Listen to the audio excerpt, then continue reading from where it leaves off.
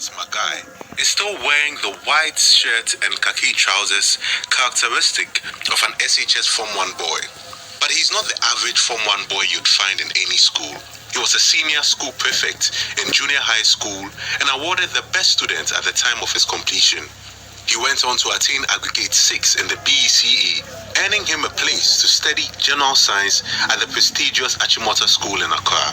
However, one thing stands in the way of his dream, as he has been turned away due to his hairstyle. When I got there, I was directed to a chapel. I think Agri Chapel, but it was a chapel where the people wait. And that's the very same place they present the items they've been asked to buy. And when I got there with my staffs and everything, one of the mistress, she was packing the presented items into the cars.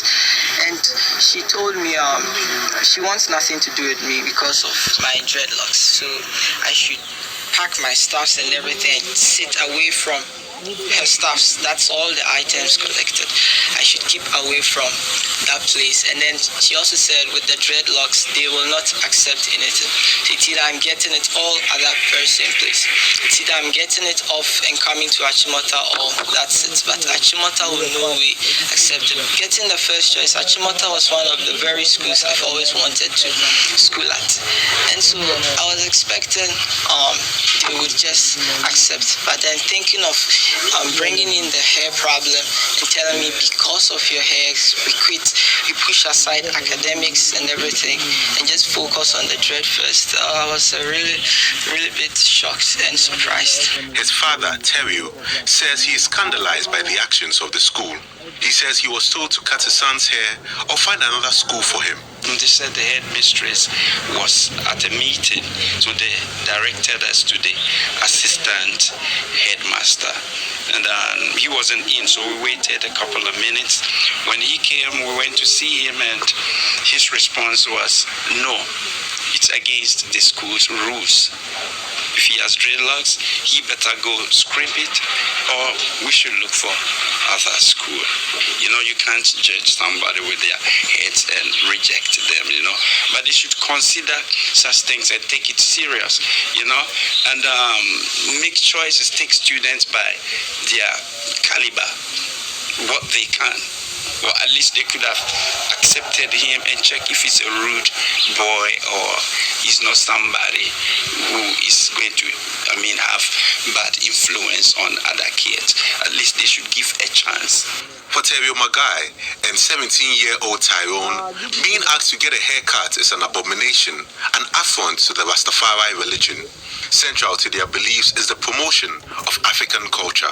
This means that Rastafarians emphasize what they call living naturally, adhering to specific dietary requirements and wearing their hair in dreadlocks.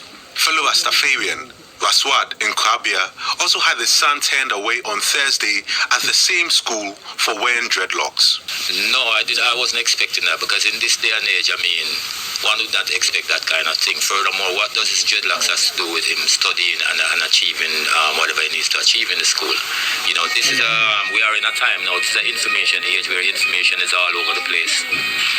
And dreadlocks has become a fashion statement all over the world. Right, you see so many celebrities, so many multinational corporations are using dreadlocks to sell their products and all of that.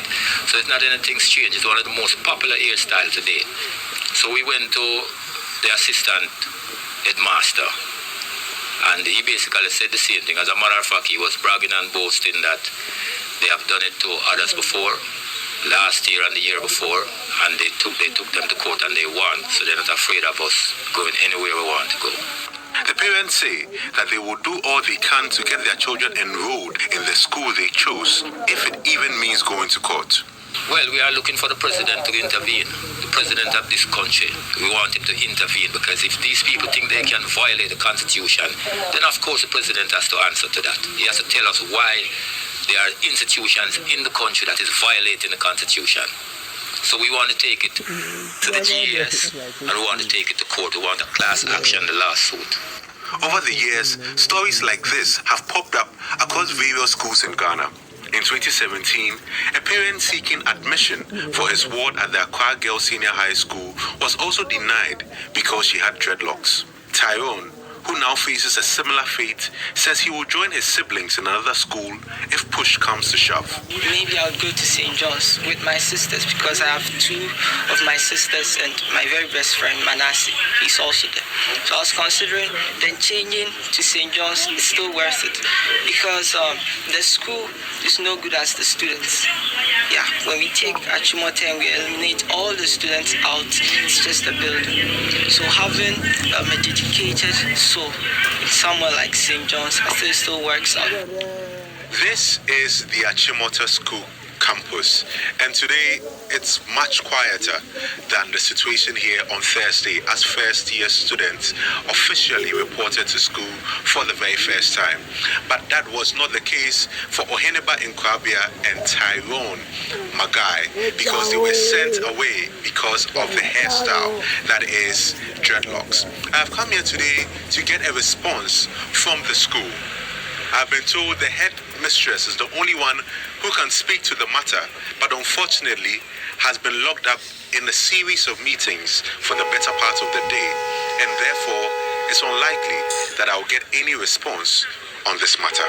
For Child's Rights International, an NGO which seeks to protect the fundamental rights of children, the Achimota School must not deny the Rastafarian boys access to education based on their looks.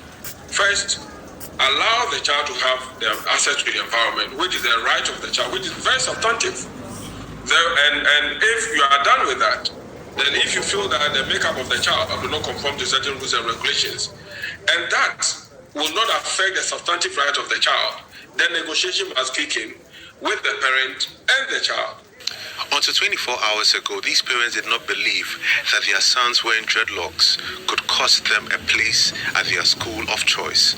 But now this is the case, and they say that they will go the long run to make sure that their sons get into the school that they chose and also got the required grades for. Reporting for City News, my name is Ni Ama.